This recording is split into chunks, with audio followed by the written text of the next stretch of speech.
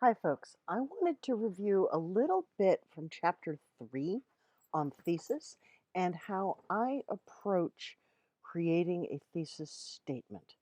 The thesis is simply the point the writer's trying to make, and what works really well for me if I'm not sure what my thesis is I go try to explain it to the dogs. And I can't beat around the bush when I'm talking to the dogs. And I say, in fact, Max is handing me his ball right now. So I say to the dog, what I really want you to know is that mommy's working right now. So that's the important thing boiled down to one sentence. He doesn't believe me. He's still trying to hand me his ball. Okay, I will throw the ball. Now you have to let go of it. Oh, well. All right. But I'd like to tell you a strategy that works really well if you are writing a paper for me. And it has to do a little bit with being a scientist. A scientist doesn't start out at the beginning saying, I know everything that is true. Now I'm going to prove it to you. They might have a really well educated guess. But everyone whose mind is really open, including all of y'all's, is full of questions as they explore the world. So sometimes it's a thesis question. It might not be exactly like this, which can develop into a preliminary answer, a modified thesis, however that goes.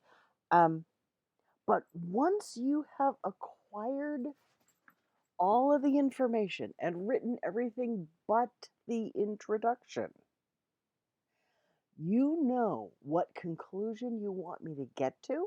You've probably written your conclusion or you know what it's going to say.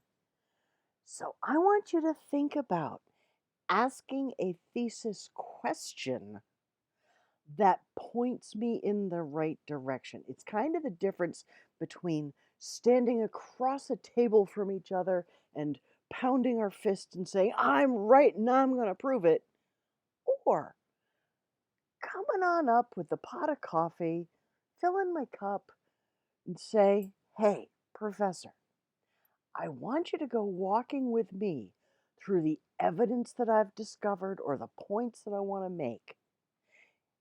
And here's the question I'm exploring. And I'd like to show you the conclusion that I reached. It's much friendlier. It is much nicer to read papers like that. And it, how am I trying to say it?